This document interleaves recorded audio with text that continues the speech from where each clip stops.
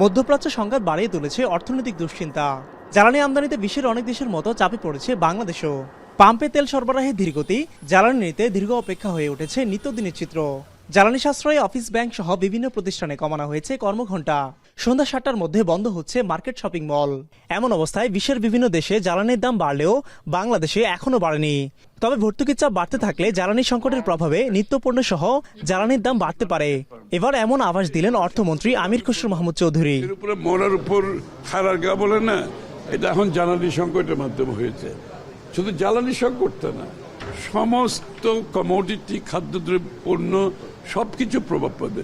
Total supply chain ক্ষতিগ্রস্ত হচ্ছে এবং সব কিছুতে আগামী দিনে দ্রব্যমূল্য বাড়বে, এ ব্যাপারে কোনো সন্দেহ নাই।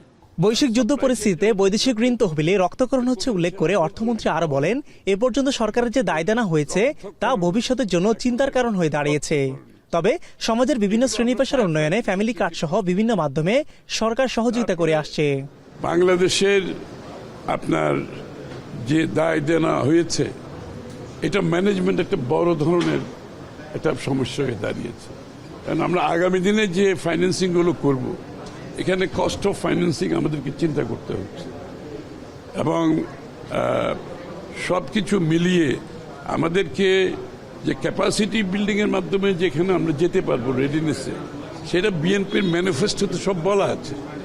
এইগুলো যদি বিএনপির ম্যানিফেস্টো আমরা যদি সময় মতো, যেটা আমরা ইনশাআল্লাহ আমরা ইমপ্লিমেন্টেশন করছি, এগুলো সম্পাদন করলে যে ক্যাপাসিটি বিল্ডিংয়ের যে কথাটা আছে সেটা হয়ে যাবে। তখনই আমরা রেডি হব, তখনই গ্রাজুয়েশনের দিকে যাব।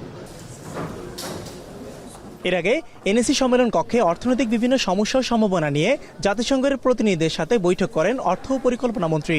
সেখানে চলতি বছরের নভেম্বরে লক্ষ্যমাত্রা থাকলেও আরও ৩ বছর এই সুবিধা অব্যাহত রাখার আলাপ করা হয়। দেশের বর্তমান অর্থনৈতিক বাস্তবতায় এলডিসির লক্ষ্য পৌঁছানোর মতো পূর্ণ প্রস্তুতি না থাকার কথা বলছে সরকার। অনুষ্ঠানে প্রধানমন্ত্রীর অর্থনীতি বিষয়ক উপদেষ্টা ডক্টর রাশেদ আল মাহমুদ তিতুমির বলেন, এই মুহূর্তে চ্যালেঞ্জ থাকলেও সরকারের প্রবৃদ্ধি বাড়ানো ও টেকসই অর্থনীতি গড়ে তুলতে কাজ করছে।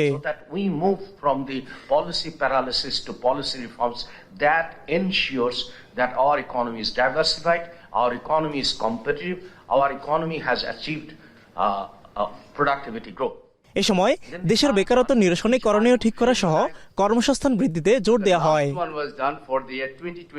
মিয়া আমিরুল, এখন, ঢাকা।